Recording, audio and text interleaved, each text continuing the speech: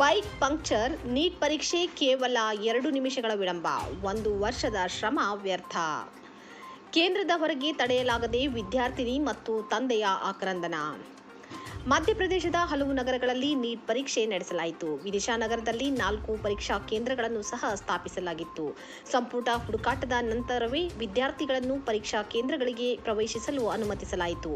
ಅದೇ ಸಮಯದಲ್ಲಿ ಬಾಲಕಿಯರ ಕಾಲೇಜಿನಲ್ಲಿ ಸ್ಥಾಪಿಸಲಾದ ಕೇಂದ್ರದಲ್ಲಿ 3 ವಿದ್ಯಾರ್ಥಿಗಳು ಪರೀಕ್ಷೆ ಬರೆಯುವ ಅವಕಾಶದಿಂದ ವಂಚಿತರಾದರು.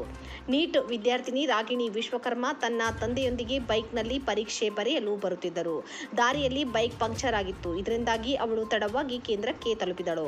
ಅವಳು ಕೇಂದ್ರವನ್ನು ತಲುಪಿದಾಗ ಅವಳನ್ನು ಒಳಗೆ ಬಿಡಲಾಗಲಿಲ್ಲ. ಜನರ ಕೋರಿಕೆಯ ಮೇರೆಗೆ ಅವಳನ್ನು ಒಳಗೆ ಕರೆದೊಯ್ಯಲಾಯಿತು.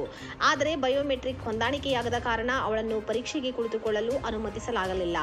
ತನ್ನ ಮಗಳು ಪರೀಕ್ಷೆ ತಪ್ಪಿಸಿಕೊಂಡ ನಂತರ ಆಕೆಯ ತಂದೆ ಕೇಂದ್ರದ ಹೊರಗೆ ಕಟುವಾಗಿ ಅಳಲು ಪ್ರಾರಂಭಿಸಿದರು.